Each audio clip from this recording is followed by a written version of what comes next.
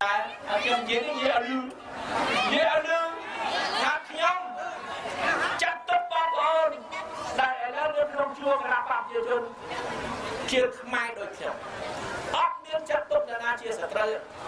មានតែអំពាវនាវដល់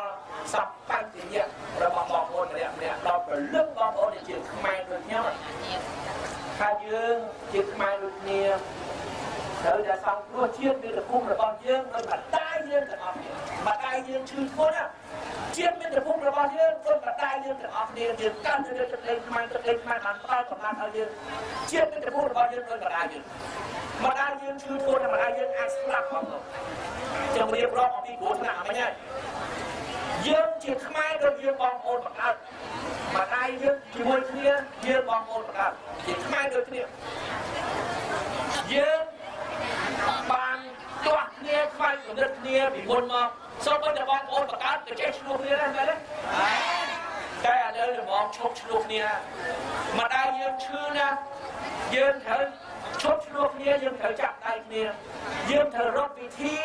ព្យាបាលជំងឺម្ដាយយើងសង្គ្រោះជីវិតម្ដាយយើងទាំងអស់គ្នាមែនទេចឹងហើយបាទខ្ញុំសូមអំពាវនាវឲ្យបងប្អូនមកពីគណៈបកទាំងអស់ផ្សេងខុសគ្នាក៏ដោយប៉ុន្តែបើគិតពីរឿងជាតិគិតពីរឿងមាតុភូមិរបស់យើងគឺរឿងយើងទាំងអស់គ្នាយើង